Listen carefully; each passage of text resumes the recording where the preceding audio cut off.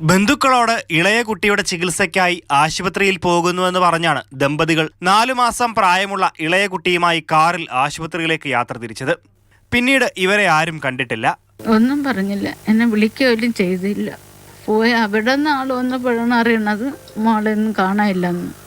ഗ്യാസൊക്കെ കൊടുത്തിട്ടേക്ക് എന്നാ, എന്നിട്ടും ഒരു ഫലം ഉണ്ടായില്ല. അവർ പറഞ്ഞ കുടുംബത്തോടല്ലേ പോയത് എന്ന് പറഞ്ഞു.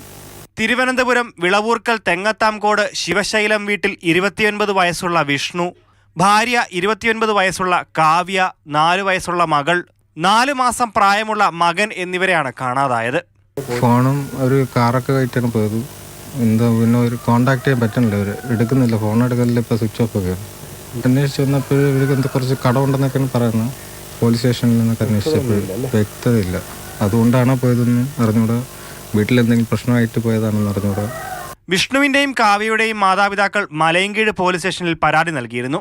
വിഷ്ണുവിൻ്റെയും കാവ്യയുടെയും മൊബൈൽ ഫോൺ, കാർ, ബാങ്ക് അക്കൗണ്ടുകൾ കേന്ദ്രീകരിച്ച് പോലീസ് അന്വേഷണം നടത്തിയെങ്കിലും കുടുംബത്തെപ്പറ്റി വ്യക്തമായ സൂചന ഇതുവരെയും ലഭിച്ചിട്ടില്ല. പോലീസ് അന്വേഷണം കാര്യക്ഷമമായി നടക്കുന്നില്ല എന്നാണ് നാട്ടുകാരുടെയും ബന്ധുക്കളുടെയും ആരോപണം. മാതൃഭൂമി ന്യൂസ്, തിരുവനന്തപുരം.